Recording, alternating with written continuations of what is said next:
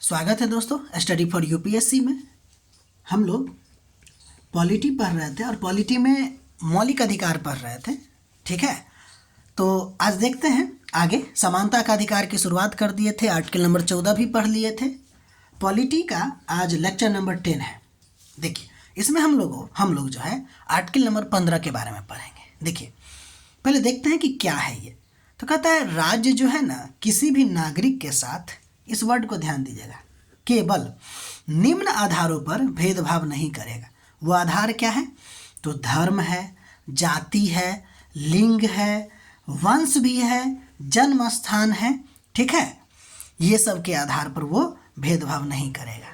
ठीक है, साथ ही साथ कोई भी नागरिक दुकान, सार्वजनिक भोजनालय, होटलों, कुआं, तालाब, सड़कें, घाट, ये सब में प्रवेश या उपयोग से वंचित नहीं किया जाएगा।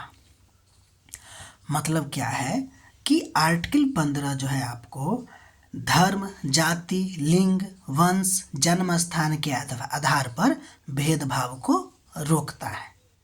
ठीक, अब देखिए आर्टिकल 15 का कुछ अपवाद भी है, जैसे SC, ST, महिला, बच्चे और दुर्बल वर्ग के पक्ष में आपको विभेद किया जा सकता है। ठीक है, बाकी इस आधार पे नहीं किया जाएगा। ठीक है, इसका अपवाद ये सब है। ठीक, अब ध्यान दीजिए, आर्टिकल नंबर जब हम इसकी बात करते हैं तो इसमें एक आर्टिकल आता है 15(3) और एक होता है आपको 15(4). अगर कहें हम कि आर्टिकल नंबर 15 में टोटल 6 बातें शामिल है। ठीक है, जिसमें से 2 बात आपको यहीं पर हो गया है। पहली तो आप समझ लीजिए कि जो राज्य किसी भी नागरिक के साथ केवल निम्न आधारों पर भेदभाव नहीं करेगा, ये आधार तक आपको जो हो जाएगा वह आपका है 15(1) आर्टिकल में। ठीक, उसके बाद है कि कोई भी नागरिक ये स्थान पर प्रवेश से उसको वंचित नहीं किया जाएगा, वो आपको 15(2) में है।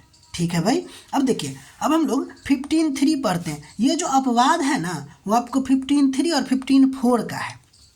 तो देखिए, महिलाओं के लिए विशेष प्रावधान की अगर बात करेंगे तो आपको आर्टिकल नंबर 15(3) में है। अगर हम सामाजिक और शैक्षणिक रूप से पिछड़े वर्ग की बात करें तो वो आपको आर्टिकल नंबर 15(4) में है। देखिए 15(4) में क्या है कि सामाजिक और शैक्षिक रूप से पिछड़े वर्ग के लिए राज्य जो है ना वह विशेष प्रावधान कर सकता है, जैसे शिक्षा में आरक्षण दे सकता है, छात्रवृत्ति दे सकता है।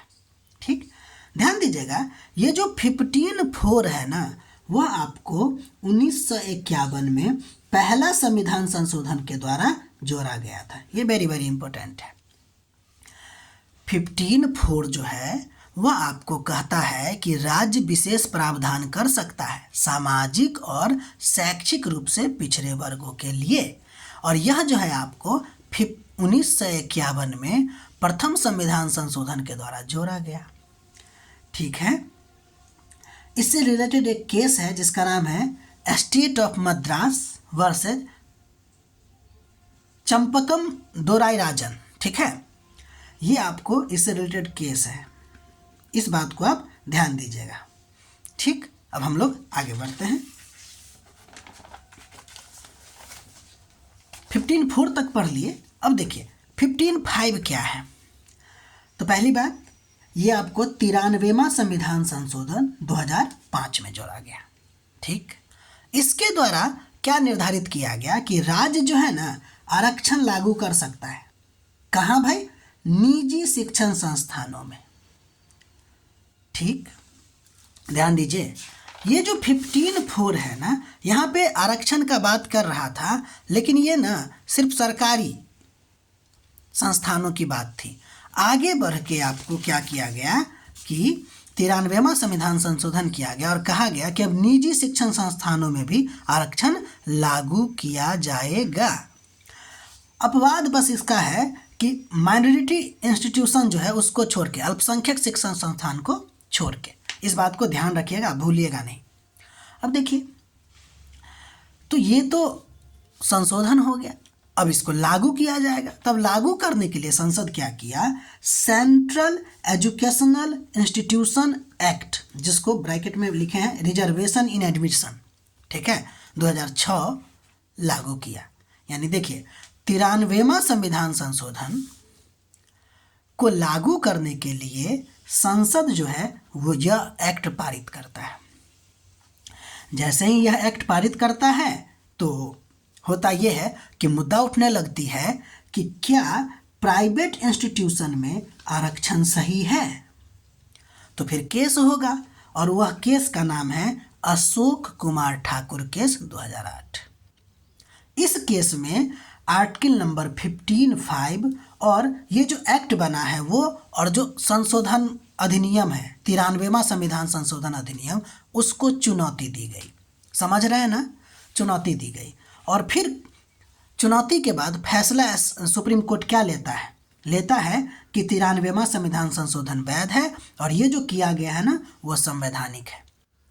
ठीक, तो ये रहा आपको 15(5). अब हम आगे बढ़ते हैं और पढ़ते हैं 15(6) के बारे में। ये 103वां संविधान संशोधन 2009 के द्वारा जोड़ा गया। ठीक है, इसमें कहा गया कि राज्य जो है ना वह EWS इकोनॉमिक बैकवर्ड क्लास या सेक्शन के लिए विशेष प्रावधान कर सकता है। जनरल कैटेगरी में अधिकतम 10% आरक्षण की बात कहा गया।